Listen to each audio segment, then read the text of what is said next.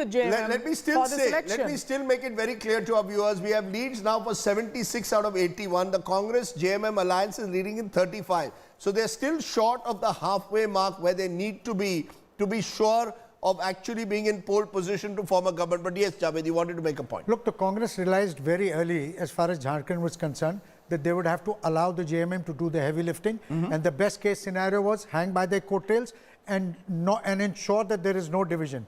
They persuaded the RJD. The RJD was playing hardball. RJD wanted a lot more seats. They appealed to Lalu Prasad Yadav, to Tejaswi. They worked on him and they eventually brought everybody around. And you have to give credit to RPN Singh for managing that show very well and keeping the state unit intact. Ajay, as far as Ajay Kumar is concerned, yes, this matter relates a lot to do with his fight with Subodh Kansai, and I'm not so sure that today he might be feeling that he took the right decision. You know, I just want Swapan Dasgupta, while we look at the Congress, look at the BJP, I'm still trying to understand why is it that in 5 months, in a state like Jharkhand, we are seeing at the moment a party which got about 51% of the vote, led in 57 constituencies, now struggling to reach 20-25 seats at the moment, and the vote percentage likely to go down by double digits. What is the difference? The same tribals voted for Mr. Modi in May seem to be drifting away and voting for the JMM this time. Yeah, well, obviously, I mean, that's, this is the difference between national and local elections. I mean, people have their own sense of priority, who they think they can represent them. But I mean, that does not exonerate the BJP that their sort of local profile is obviously wanting. And they have to, and this is a state where they've been in business for a very, very long time. I mean, South Bihar was always in the old days, South Bihar was always the stronghold of the BJP, and now for them to perform not so creditably, they need to take a very hard look. And I think the sense of enough party factionalism along with this sense of smug complacency, I think needs to be addressed. There is that... it still could be that the AJSU... Maybe an entire new generation needs to come in. You know, Swapan, it could well be that the AJSU is able to, in a way, save the day for the BJP by doing strongly and thereby, in a way, taking on the Congress in particular. In the belt where the AJSU is strong, they seem to be retaining their hold. They're doing reasonably well. And that may actually become one factor that we'll have to look at closely if the JMM-Congress falls short. This whole question of not going in for larger alliances before an election, even the Shiv Sena alliance happened at the last moment. Is it an Ekla Chalo Re policy? Why do you think the BJP is more reluctant to go in for allies at the state level? No.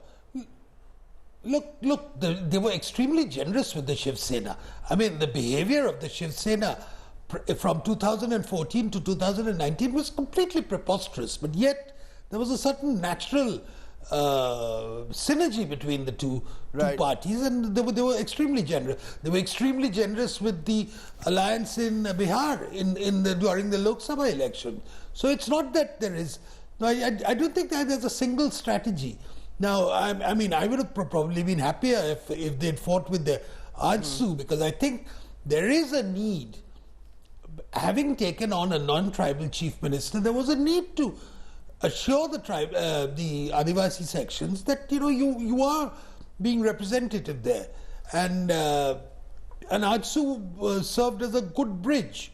Right. So I don't know, maybe there are electoral calculations which I'm unaware of, but I think it would have been much better if they had fought. At the moment, let's wait. Let's see how good or bad they do. At the moment, if I add...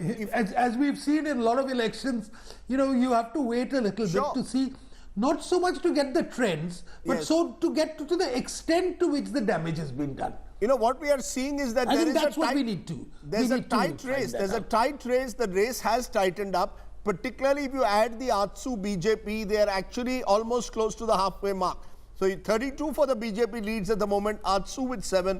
Add the 2, it comes to about 39. So, and the JMM-Congress is 33. So you look at Babulal Marandi. So it's the possibilities do still exist for a BJP, AJSU, JVM alliance. That's, remember, option number 2 that arises. The JMM doing very well in South Jharkhand, but in North Jharkhand, the AJSU, JVM and the BJP are well ahead. So you're seeing a state splintering at one level. The non-tribal belt, there is a polarization where the BJP is benefiting from. So you have a much tighter race at the moment than what even the exit polls have predicted. And the fact that they contested separately, the Yes. BJP and the AJSU, it doesn't seem it has hurt the BJP from the results emerging right now. It's benefited AJSU. We don't know how much it has Hurt the BJP. It has hurt the So, BJP. I That think- we will know a little later. Yeah, I think if these kind of numbers emerge, the BJP will lead the pack with the JVM and the AJSU really being B teams for the BJP. So you could have a return to Haryana, where you know the BJP Yeah. formed a post-poll alliance and formed a government. Maharashtra, it was the Congress did it.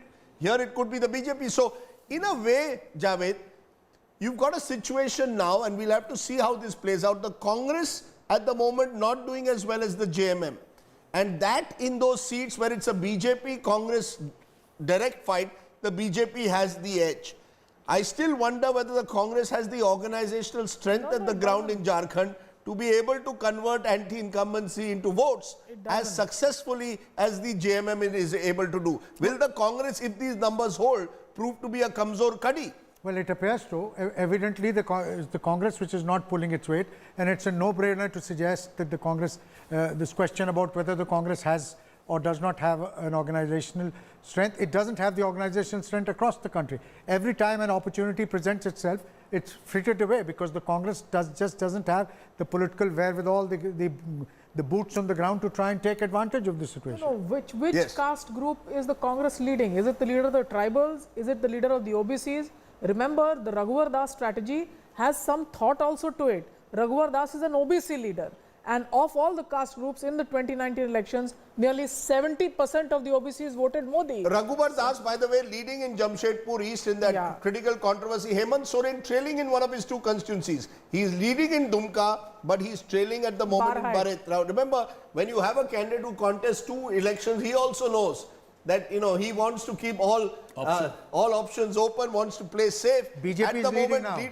So the BJP at the moment is, surprise, surprise, is at the moment holding its own. Sarkar Remember, bani BJP. 45 minutes ago, the general sense was that it would be the Congress JMM that would pull ahead. It's tightened up. AJSU doing decently. BJP plus AJSU is at 40 at the moment at the JVM, and they become 44. So who That's knows? the government. We could be having one more surprise at the end of the year. But these are very early trends in Jharkhand. Remember, this is a state where a third of the seats are decided by less than 5,000 votes. So don't go by these numbers. This is going to be a grandstand finish to what's been this big election year. I'm also joined at this moment from the BJP by Niti Jain. Appreciate your joining us, ma'am. How important is this election for the BJP, given what happened in Maharashtra in particular, where you lost a government that you thought was yours? Is this your attempt now to get one back on the Congress in particular? Maybe have a post-poll alliance with your old ally AJSU and with JVM of Babulal Marandi?